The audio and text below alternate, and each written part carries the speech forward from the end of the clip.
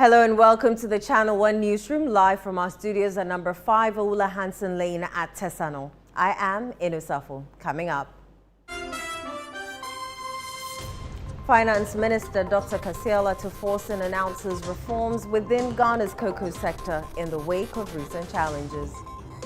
The PPRC has recommended that the farmer be paid 90% of the achieved gross FOB of $4,200 per ton to mitigate the adverse impact on the farmer as a result of the fall in the world. Meanwhile, minority still blames government for recent challenges in the cocoa sector despite reforms by government to address the situation. This government is recklessly managing the cocoa sector, which has brought us to this unprecedented crisis in the sector. Given the scale of the crisis in the sector now, one expected the government to give Cocoa Board a bailout rather than reducing the producer price. Also coming up, unionized staff at the Ghana Broadcasting Corporation demands forensic audit into the finances of the state broadcaster. We have lost confidence in the leadership of the Director General, Professor Amin Alhassan, and can no longer work under his leadership. We are calling for a forensic audit into the finances of the corporation from 1st October 2019 when it assumed office. NDC's Baba Jamal is number 1 on the ballots for the March 3rd by-election. The ballot is Baba Jamal Mohammed Ahmed from the NDC, and then Ibrahim Idrisu, LPG, and then Yusuf Ali Baba, NPP, followed by 2 independent candidates.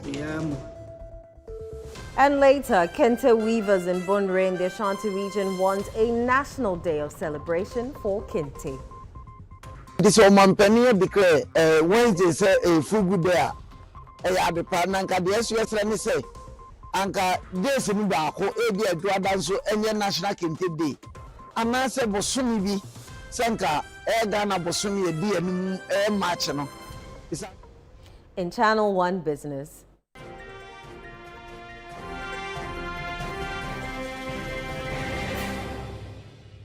Ghana's economy recorded slower growth in November 2025.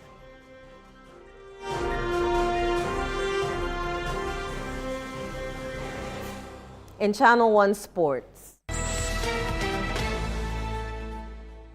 Black Stars midfielder Thomas Partey denies 2 new rape charges against him.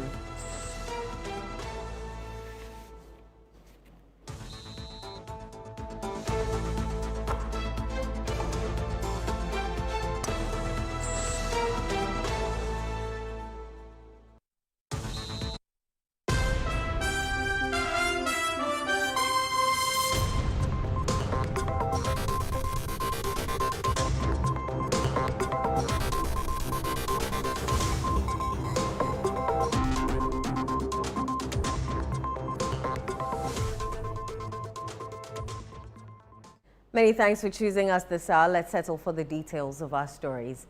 Unionized staff of the Ghana Broadcasting Corporation are demanding an independent forensic audit into the corporation's finances and for the Director of Human Resources to, with immediate effect, proceed on leave. They have declared a loss of confidence in the leadership of Director General Professor Amin Alhassan, reiterating their call for his dismissal. The following report has more. At a press briefing on Thursday, Senior Management Staff Union Chairman Ebenezer Ojawo raised allegations of mismanagement, including concerns over the sale of GBC lands and payment linked to the 13th African Games contract. As part of escalating protest, union members have begun wearing red armbands and hoisting red flags to signal their dissatisfaction, arguing that despite reported revenue inflows, management continues to cite financial constraints. The 24-hour ultimatum expired last Friday, and as of now, we have not received any response from management. In view of this silence, we have decided to begin wearing red armbands and hoisting red flags as a sign of protest and to express our deep dissatisfaction with the current state of affairs in GBC. We wish to inform the appointing authorities that we have lost confidence in the leadership of the Director General, Professor Amin Avansa, and can no longer work under his leadership. We are calling for a forensic audit into the finances of the corporation from 1st October 2019, when it assumed office, till date. We are also calling on the Director of Human Resources, Mr. Joseph Partey, to proceed on leave with immediate effect. The union has petitioned the president and criticized what it describes as the slow response of the National Media Commission to challenges confronting the corporation. President Mahama did not visit both radio news and television newsroom of the state broadcaster. That is how our management tried to polish that all is well in GBC. Why the president was kept away from the workers? Because if there would be a devil like us, people would have come from the regions, challenging that is in GBC. The president would have heard so much. With some of these challenges, our sector minister is fully aware. So, if this is brought to the court of the president, what does it mean? They will be asking the question. So, they have been a petition to the presidency. And then it is so slow on this matter.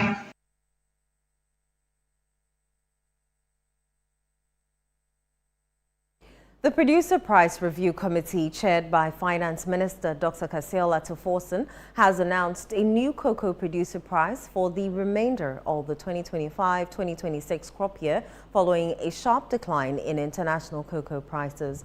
The new producer price is set at 41,392 Ghana cedis per ton, equivalent to 2,587 Ghana cedis per bag. There's more in the following report by Daniel Sakiti. The decision follows an emergency cabinet session held on Wednesday to address mounting challenges in Ghana's cocoa sector. Addressing a press briefing to outline cabinet's decisions, Finance Minister Dr. Atuforsen confirmed the revised producer price, describing it as necessary adjustment in response to developments on the global market.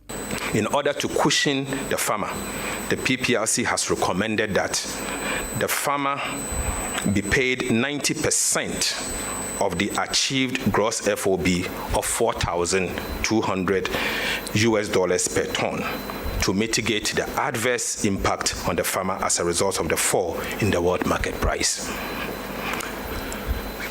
As a result of that, the PPRC thereby announces that effective today, Thursday, 12 February 2026, the new producer price for the remainder of the 2025-2026 crop season will now be 41,392 Ghana cedis per ton and 2,587 Ghana cedis per bag.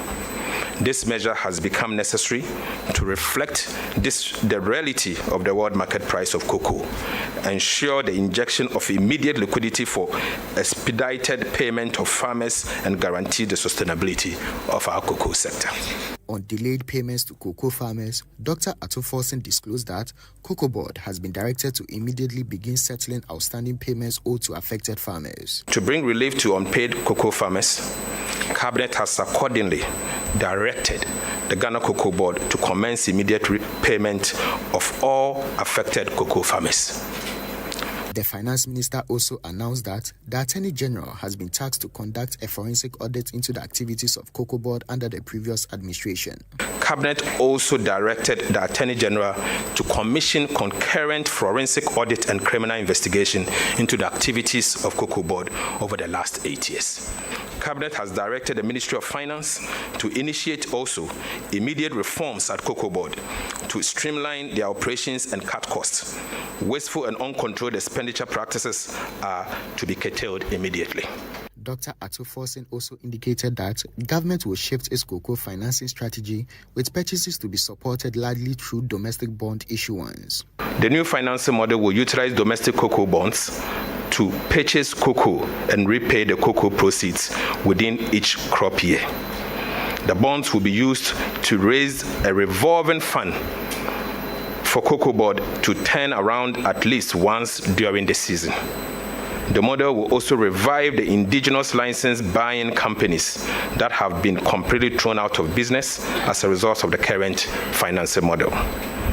State-owned produce buying company, PBC, will be revived to resume full operations and become the leading license buying company in the cocoa sector. Dr. Atuforsen disclosed that Cabinet has directed that at least 50% of Ghana's cocoa output be processed locally starting from the 2026-2027 crop season. Cabinet has also directed that beginning from 2026 to 2027 crop season, a minimum of 50% of all cocoa beans should be processed locally.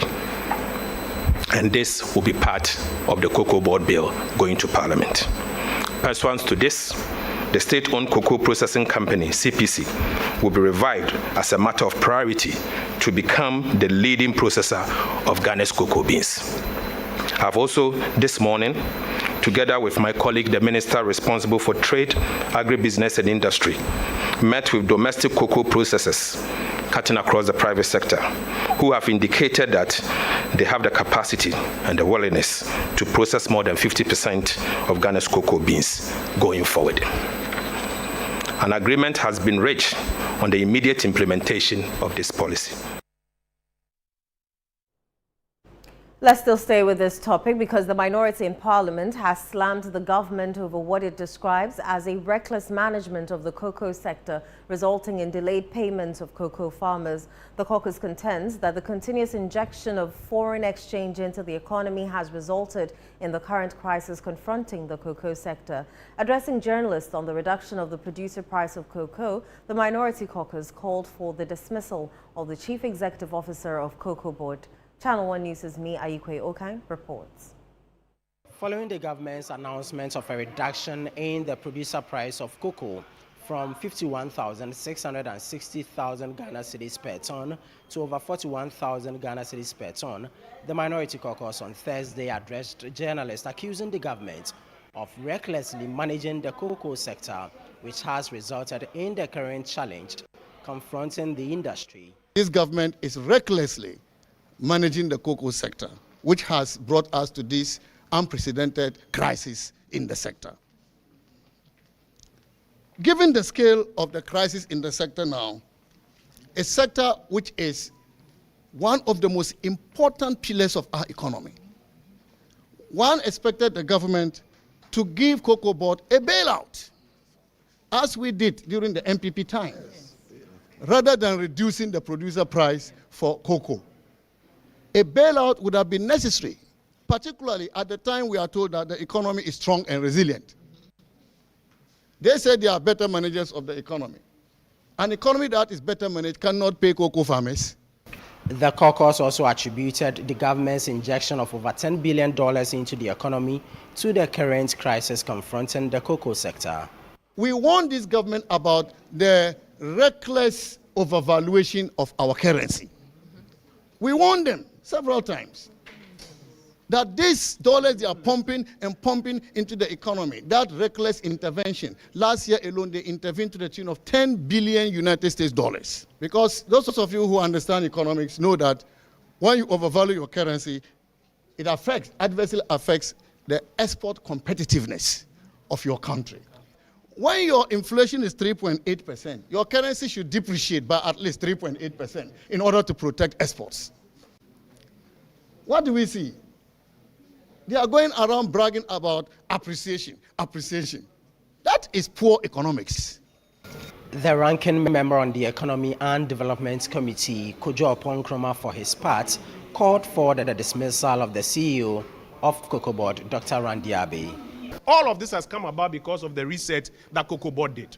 And that is why, respectfully, we ask the President to relieve the Cocoa Board CEO of his responsibilities at this point in time. Number two, we are asking the government that in previous times when cocoa prices fell and the government absorbed the shock and protected the cocoa farmer, the NDC government should absorb the cost of what they have done and protect the cocoa farmer and restore at least the 3,625 that they promised. This 2,800 or so that they are promising is totally unacceptable. Already we are receiving messages from cocoa farmers who say that if this is what is going to happen, they are going to demonstrate in a number of these. And if they do, we in this caucus, we will join them on the streets to do this demonstration. The ranking member on the Food, Agriculture and Cocoa Affairs Committee, Isaac Yaopoku, called on the government to slash the salaries of all public sector workers in line with a reduction in the producer price of cocoa. Cocoa farmer has sacrificed for this country. And in fact, if the cocoa farmers' farm gate price is going to be reduced by almost 30%, then everybody's pay in this country should also be slashed by that margin. Is the chief executive officer of Cocoa Board, his allowance and salary, is he going to be slashed by the same margin?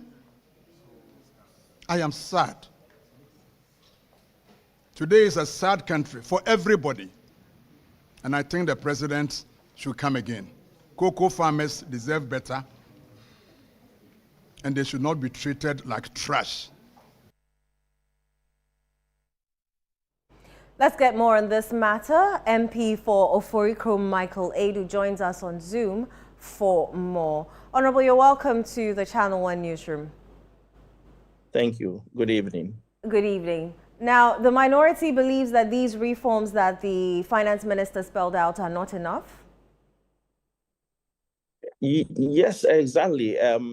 There are two key issues that we believe contributed to the current situation, and which the finance minister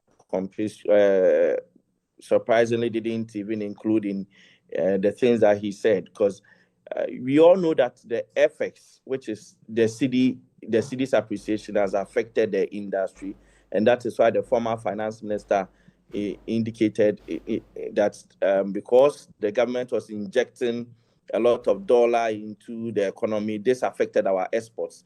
Once the city is appreciating, definitely you go and you export and you bring dollar into the country, and that dollar, the value of it will not be the same as it used to be. So that alone has affected the cocoa sector. I remember as far back as last year, when the city started appreciating, there was an interview with Dr. Randiabe, which he intimated that he went to see the finance minister and informed him that if the city should appreciate below 10 cedis, Cocoa Board will be in trouble. Apart from this, there is also the trading mechanism of Cocoa Board, where at least 70% of the cocoa is sold forward, and about 30% is sold on spot, which over the last year, if you are listening to Dr. Randiabe's interviews, he consistently reiterated that it didn't make sense. I remember him quite clearly. He used the word, it didn't make sense to be trading forward. And what he didn't know then was that trading forward was a hedging position to reduce risk. So he decided that he was going to let Cocoa Board trade on spot. And for now, we do not even know how they arrived at the 3,625 cedis per bag price that they gave to farmers last year, October. Because if you have not traded forward to know your position for the year, how do you arrive at an average price of 3,625 cedis per bag? Now, what we see is the blame game, trying to blame the previous government of all the issues at Cocoa Board. But then they have to ask themselves, before they even increased the price last year to 3,625, what kind of forecast and analysis had they done to determine that they'll be able to sell it through the season? The season has not ended. The season will end in October. And you've announced an increment in price. And about 4 months into the season already, you are telling us that you have to reduce price about 1,000 Ghana cedis. If you had maintained the 3,100 cedis price, then the LBCs and the farmers wouldn't have anticipated an increase and even spent so much to invest in it. At this point, nobody would have been even making losses.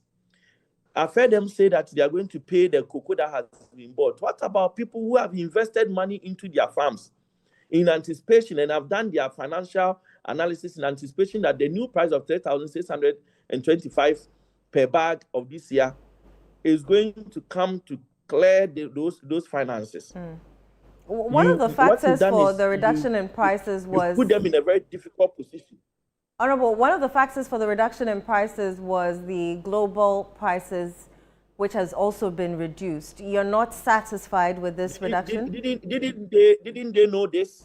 You see, the way they politicized cocoa in 2024, if you go and watch some of the video clips, it is so sad that today these same people are telling us global market price. I thought global market price does not affect anything.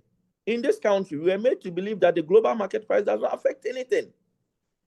Were they not in this country when global market price was around $2,000 and $3,000, and they were insisting that cocoa price should be sold at $6,000 and $7,000? And even when we insisted that the $10,000 price that came was not a fixed price, and that cocoa prices are volatile on the global market. So you average your seasonal price to determine the next crop season's price. They told us it wasn't true. Honorable Dr. Atufos, who is the finance minister now, has sat on cocoa board before. But he went out to the farmers and told them, he promised them he'll give them 7,000 cedis. You are not able to even pay the 7,000 cedis, and you decide to pay 3,625. And then now you come back and say you want to pay 2,587 cedis per bag. Right. You know what they have done? Dr. Randiabi came to tell us that there's 50,000 tons of cocoa that is unsold.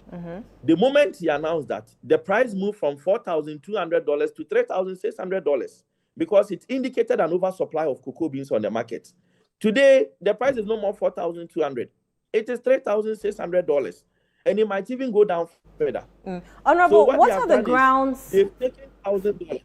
Honorable, what are the grounds for the minority calling for the dismissal of Dr. Randiabi, the CEO of Cocoa Board? They took a very bad trading decision, which has affected Cocoa Board, because if anybody wants to analyze to see what they did, in October 2025, they announced a new price. Cocoa Board were clarity of forecast and the prices that they sold for. This is what they used for the new price. So based on what did they announce the new price? It is the management that advised the government to increase the price to 3,625.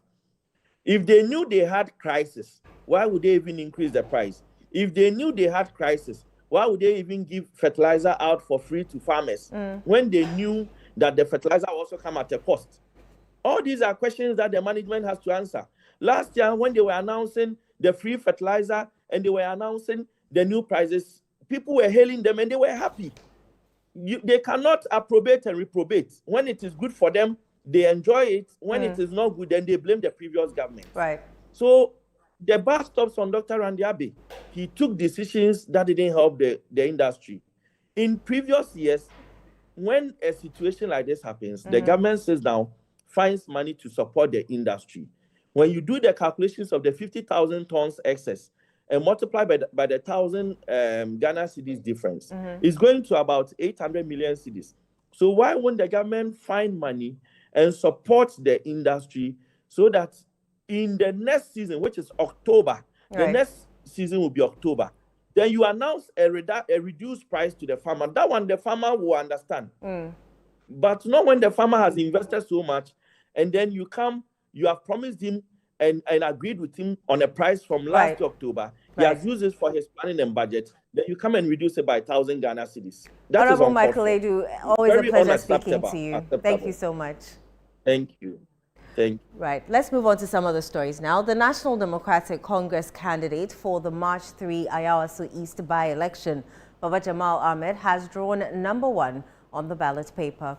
His main contender, the New Patriotic Party's Yusuf Baba Ali, picked #3, while the Liberal People's Party's Ibrahim Idrisu secured the #2 spot. Independent candidates Alhaji Mohammed Umar Sanda and David Kano will appear in positions 4 and 5 respectively. The balloting took place at the Electoral Commission's Greater Accra Regional Office following the successful filing of nominations on Wednesday, February 11. There's more in this report by Channel 1 News' Fauzu Masaudu.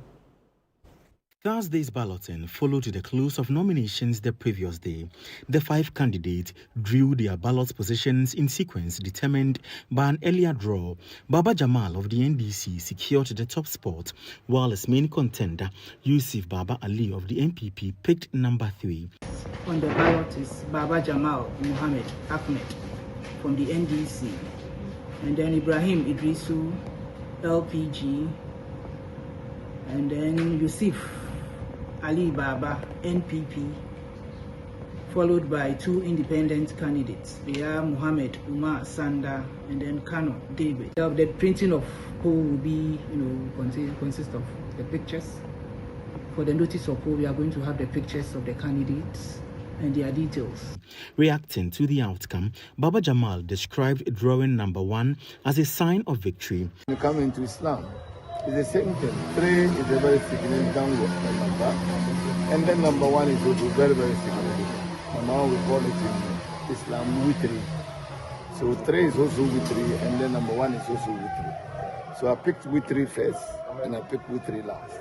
So it tells you that there is a divine hand in what we are doing, and I hope and pray that I have submitted myself to the absolute will of Allah, and pray that Allah will guide us, guide all of us through this process, so that we are able to complete it in peace, and also to ensure that we have a united community. That is my wish. Independent candidate Mohammed Umar Sanda, who picked number 4, said the number symbolizes the 4 corners of the constituency. He added that his decision to contest the seat was in response to calls from constituents who believe he is best placed to address their concerns. So it's the community that called for my standing to come and stand for them as an independent candidate because of what happened recently at the primaries. What happened recently at the primaries, everybody know what happened. So I think the community also says if some people can be bribed to choose a candidate, they will also make their decision to choose a correct candidate, picking my number as number 4 on the ballot paper. Okay. That I'm going to Parliament, I'm the winner. I'm going to win because Ayawaso has 4 corners, and all the corners in Ayawaso East, we captured the corners. The by-election, scheduled for March 3, is occasioned by the passing of the sitting Member of Parliament, Mnaza Mahamaturi, who died in January while receiving treatment at the Kolebu Teaching Hospital. This is still the Channel 1 Newsroom on Channel 1 TV with me, Inusafo, still to come. Ghana's economy recorded slower growth in November 2025. We have those details coming up shortly. Do stay.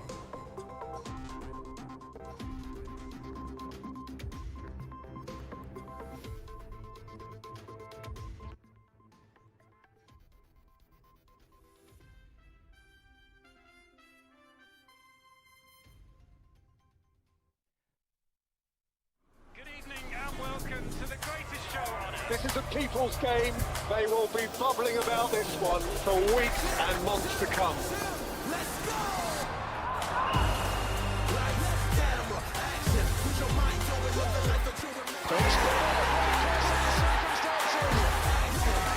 It's on SuperSport all season long. Pay your subscription today. Dial *759#. Available on DSTV and GoTV. As the days come and go, there's always shit. Let colleagues explore all the planetary bodies. Our mission is in Uranus to treat hemorrhoids, anal fistula, anal fissure, anal incontinence, hidradenitis suppurativa, using laser ligature for pain-free and speedy recovery. On Uranus Street, Accra, is Main Tuber Hospital and Coloproctology Center. Trust Uranus with us and we will delight you. Visit Main Tuber Hospital today or call us on 0244 581 541.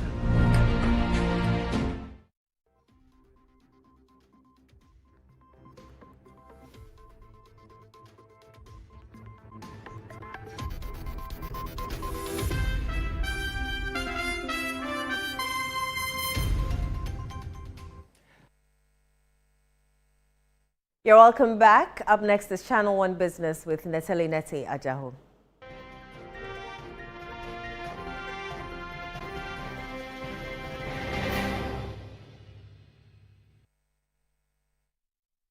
Neteli, what's happening in business? Latest data from the Ghana Statistical Service is showing that the economy is still growing, but this time at a slower pace. Give us the details. Okay. Let's get straight to our stories. That Ghana's economic growth slowed in November 2025 with a sharp drop in the industrial sector, holding back gains in the services and agricultural sectors. According to the latest monthly index of economic growth from the Ghana Statistical Service, the economy grew by 4.2% compared to November 2024, down from 7.1% a year earlier. Here is more. The November figure, however, represents a modest uptick from October 2025, when economic activity grew by 3.8% year-on-year, largely driven by strong services sector performance. The data, which tracks short-term movements in economic activity, suggests that while growth remains positive, momentum is uneven across sectors. Government statistician Dr. Hassan Idrisu gave highlights of the data. The monthly indicator of economic growth index for November 2025 is 122.7, up from 117.7 recorded in November 2024. What does this mean? It means that overall economic activity in Ghana was 4.2% higher in November 2025 than in the same month in the previous year. This 4.2% is what we call the growth rate from the MEC index. In plain language, Ghana produced 4.2% more goods and services in November 2025 than it did 1 year earlier. It is important to note that the MEC is not seasonally adjusted. Now, Ghana's increasingly competitive automobile market has a new heavyweight contender as Zondatech Ghana has officially launched Cherry, introducing what it calls a super premium SUV range spanning petrol, electronic and plug-in hybrid model. A move signaling growing confidence in Ghana's evolving auto landscape.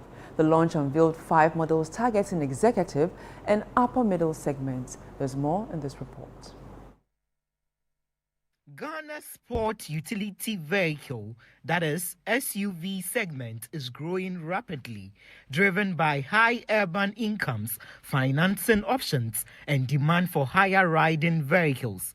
Cherry's entry, backed by a 5-year warranty, is set to intensify competition among established Asian and European brands. Speaking in an interview on the sidelines of the launch, CEO of Zondatech, Madame Yang Yan, highlighted the lineup. The main purpose is to outdoor different series of Cherry products. Cherry Tiggo 2, Tiggo 7, Tiggo 9, and Ica.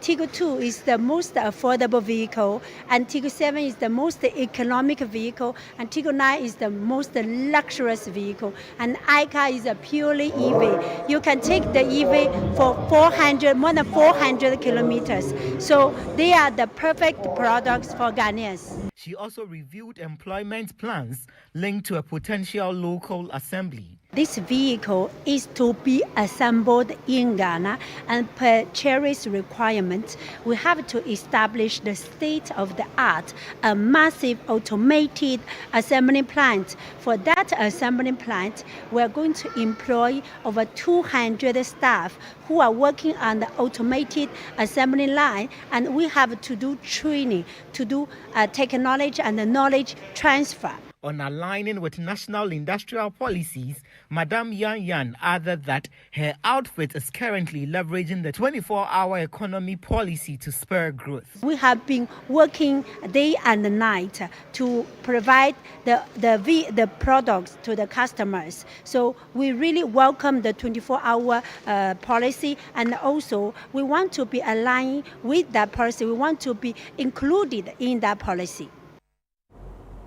Now let's bring you an update on how the currency is performing on the interbank market.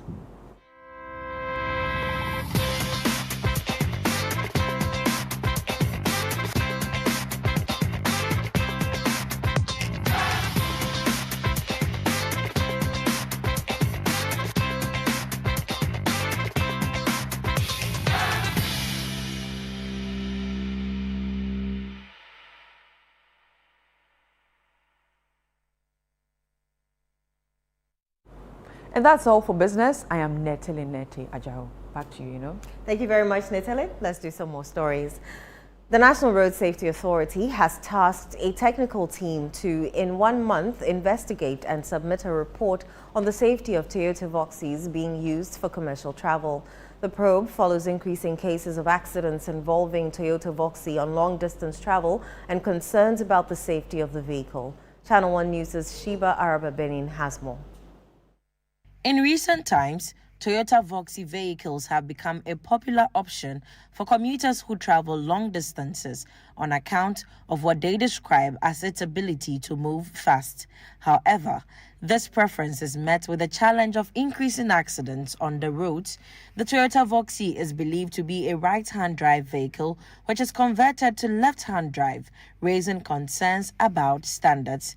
To curb this issue and calm nerves, the National Road Safety Authority has constituted an 11-member technical team to probe the safety of the vehicles. We are giving you 1 month because this is like a hot potato. It's a burning issue. People are dying. We cannot go beyond 1 month. So we are giving you 1 month within which to present your reports. And we'll give ourselves 2 weeks upon receipt of the report to start implementing your recommendations. While some stakeholders are called for an immediate ban on its use, the Director General of the authority, Abraham Amaleba, maintains the due process must be followed. I could have just asked my Director of Compliance to draft a notice that says that henceforth commercial use of Voxy vehicle is banned. But what is my basis? Well, I must stand on something to say that. I don't have it. That will amount to destroying or attacking persons, individuals, businesses. That's where we are careful about. The committee chairman, Dr. Godwin Ayeto, describes the probe as a national duty to safeguard road users and will also be evidence-based. Very certain that we'll be able to produce a report that will help the country. We consider this a national duty. And indeed, it's not only Ghana that uses the Voxy vehicle en masse. It's widespread in Africa. So I'm sure our report will also be useful. The National Road Safety Authority is urging the general public to choose transport wisely, as a committee has been set up to investigate the safety of Toyota Voxys as commercial vehicles. Reporting for Channel 1 News, I am Sheba Araba Benin. Kente weavers in Bonre in the Ashanti region are calling on governments to declare a National Kente Day to complement the recently instituted National Fugu Day as part of efforts to promote indigenous textiles, preserve Ghana's cultural heritage and support local artisans. Channel 1 News' Ashanti regional correspondent Doris Lonta reports.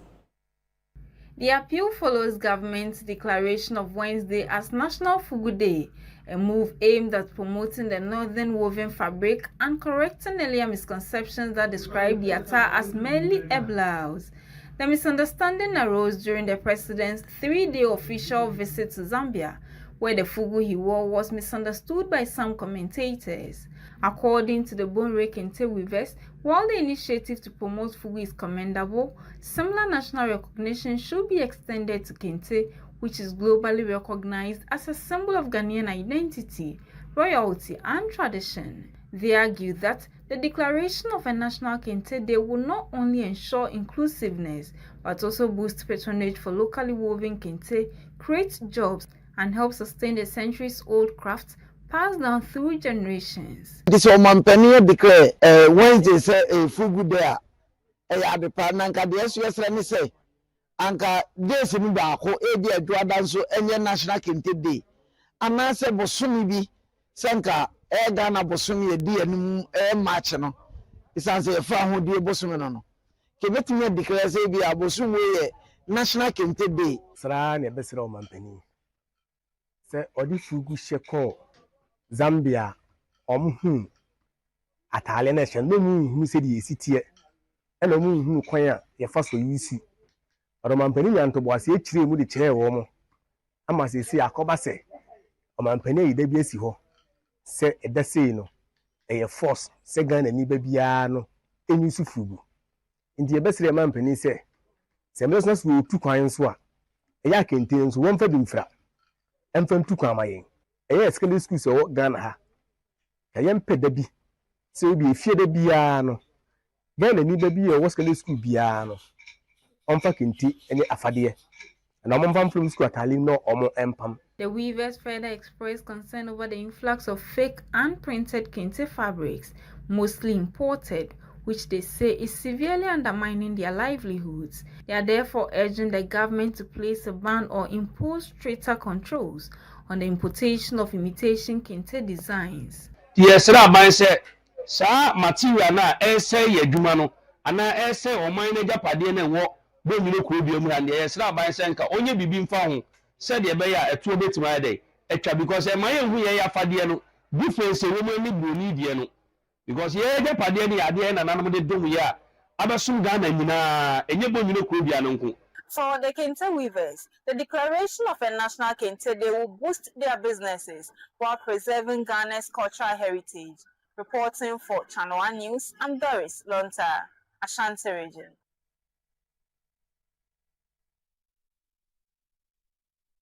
Academic activities in several communities in the Nanumba North municipality have been severely disrupted following a rainstorm that hit the area on Tuesday evening. Channel 1 News visited communities along the Bimbala Yendi Road to assess the extent of the damage, and the situation on the ground is as dire. Homes and school buildings have been badly damaged, forcing teachers and residents to appeal for urgent support. There's more in the following report by Channel 1 News' Northern Regional Correspondent Mohammed Aminu M. Alabira. The destruction caused by Tuesday's rainstorm in the Nanumba North municipality appears to be far more extensive than initially reported. At Lipusi Primary School, the entire building has lost its roof, destroying textbooks and other teaching and learning materials. The head teacher told Channel 1 News that the situation has seriously disrupted academic activities. The rainstorms have ripped off our storeroom and the whole upper class block. So the next day we came and met it with the zinc totally ripped off, and books were soaked in water. So we had to gather the students and the staff together to make sure that we salvage the books that were left. A student of Lipusi JHS also shared how the destruction has affected learning and concentration in the classroom. How the zinc remove when the teacher is teaching, the zinc is making noise when the person don't talk loud, we can't hear. And when it's afternoon and the sun is scorching on us, we don't feel free in the classroom. So it's very important for us to make it fast. It's affecting us too much. At Gulnyansi Primary School, a similar situation exists, with the entire kindergarten block completely destroyed, bringing teaching and learning to a halt. The head teacher also spoke about the impact on pupils. Now that the KG classrooms are destroyed, we are now forced to occupy the 3 classroom building that is left in the school. So basic KG 1 to basic 6. We are now forced ourselves into the 3 classroom building that is standing behind me. And teaching and learning is difficult. It's difficult. We are pleading for immediate aid so that we can have enough space for the people to learn in the classroom. This is still the Channel 1 Newsroom on Channel 1 TV. Still to come. Black Stars midfielder Thomas Partey denies 2 new rape charges against him. We have the details shortly. Do stay.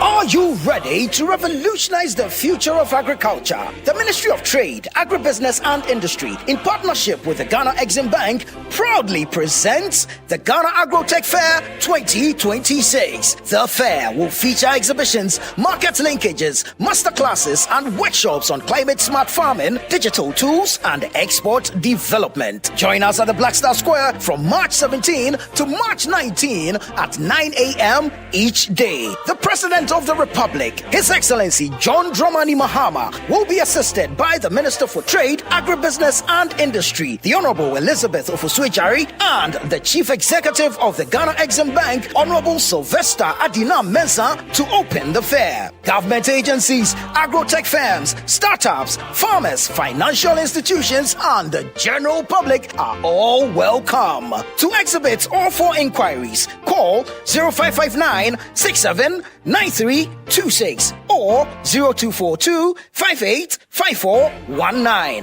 Ghana Agrotech Fair 2026, transforming agribusiness through local innovation and technology.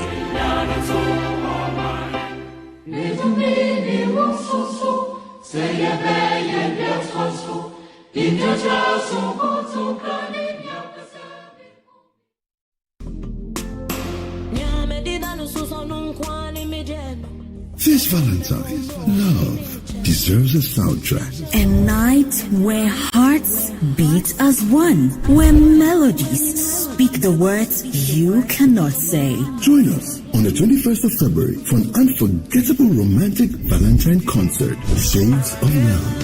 Featuring soulful live performance from Aquabwa, timeless love songs, and an atmosphere made for romance. Bring a special someone or come and fall in love with the music. Venue, Sen Garden. Date, Saturday, 21st February 2026. Time, 7 p.m. For tickets and reservations, call 0243-254416. This Valentine, don't just say I love you. Sing it, feel it, live it.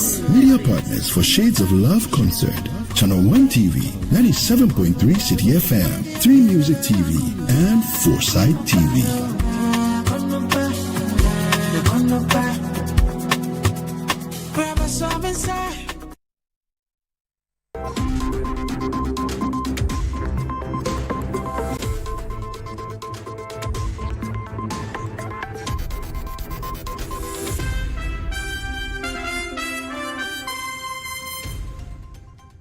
You're welcome back. Up next, the Channel 1 Sports with Bernard Abeku-Ochri.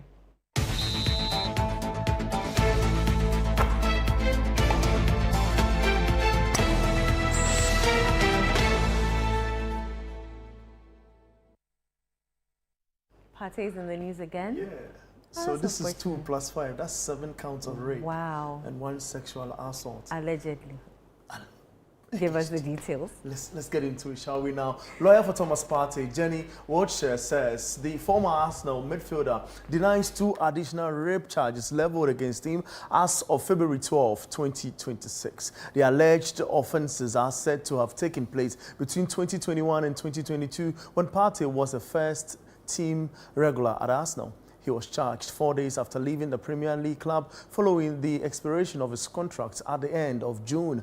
In a statement, the Crown Prosecution Service says the charges stem from a separate report of non-recent offences following a fresh investigation by the Metropolitan Police. Partey, who now plays for Villarreal in the Spanish La Liga, is scheduled to appear at the Westminster Magistrates Court on March 13 in connection with the latest allegations.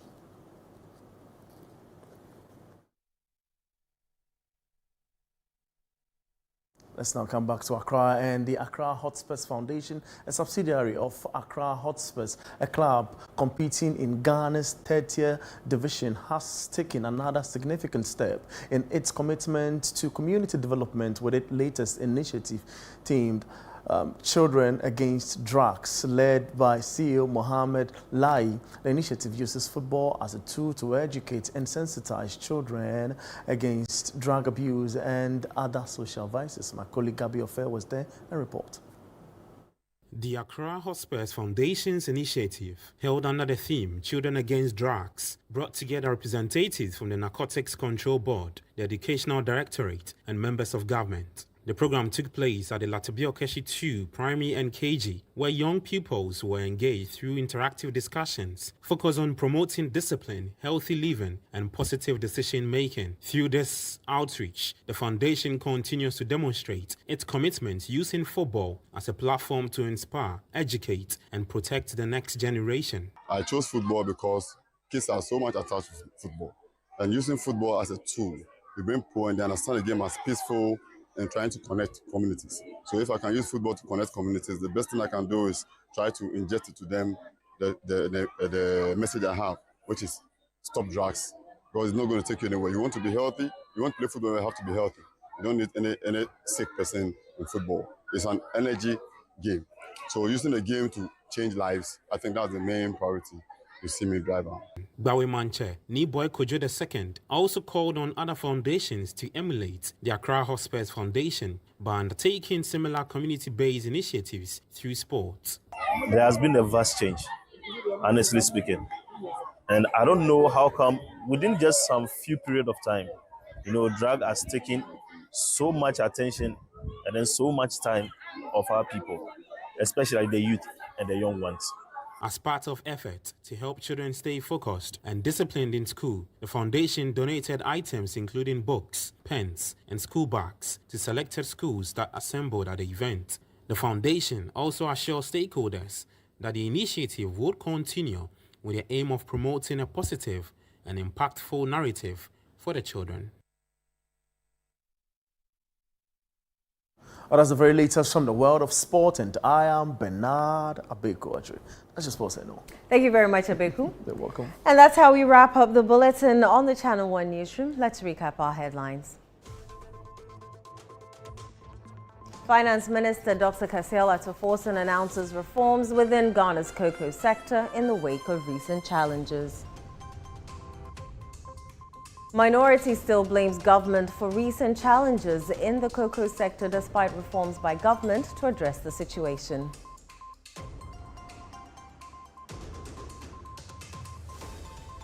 Unionized staff at the Ghana Broadcasting Corporation demands forensic audit into the finances of the state broadcaster. NDC's Baba Jamal is #1 on the ballot for the March 3 by-election. Kente weavers in Bonre in the Ashanti region want a national day of celebration for Kente.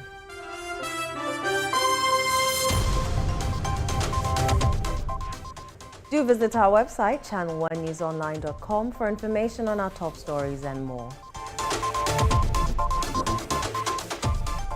Subscribe to Channel 1 TV on YouTube for more exclusive video content from Channel 1 TV. Download the Channel 1 TV app on Google Play Store.